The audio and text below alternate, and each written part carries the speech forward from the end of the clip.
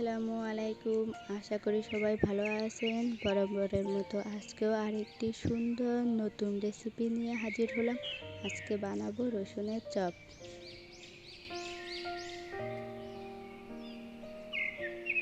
প্রথমে ঝাড়ু দিয়ে চারপাশটা পরিষ্কার করে নেব।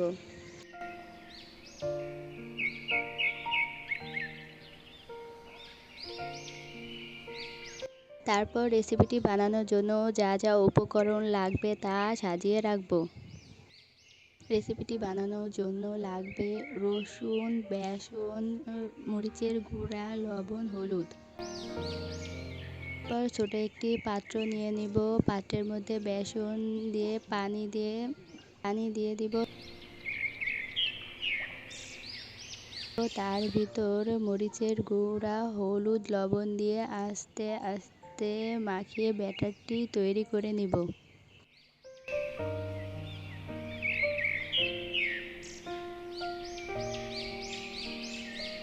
তারপর কড়াইতে পরিমাণ মতো পানি দিয়ে দেব। পানির মধ্যে সামান্য লবণ, হলুদ, মরিচের গুঁড়া মিশিয়ে নিব।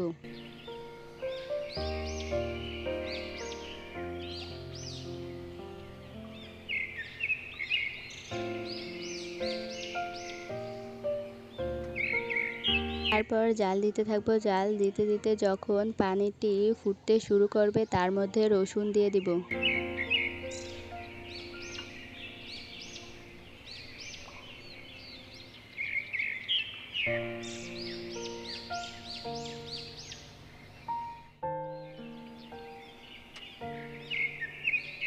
তারপর রসুন কষানো হয়ে গেলে একটা পাত্রে তুলে নিব।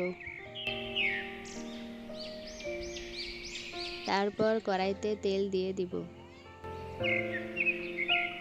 তারপর ব্যাটারের মধ্যে সুন্দর মতো রসুনগুলো মাখিয়ে নিব।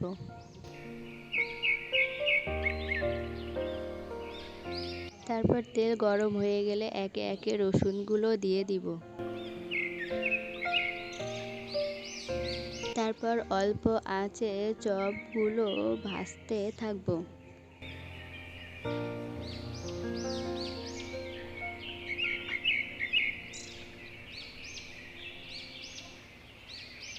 তারপর চপগুলো আলতোভাবে উল্টিয়ে দিব।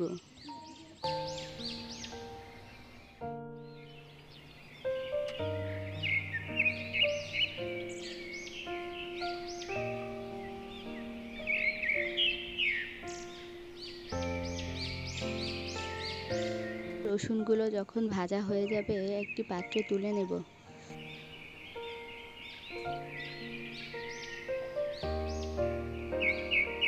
খাবারটি পরিবেশন করব। খাবারটি আরও সুস্বাদু করার জন্য সঙ্গে সস নিয়ে নিব।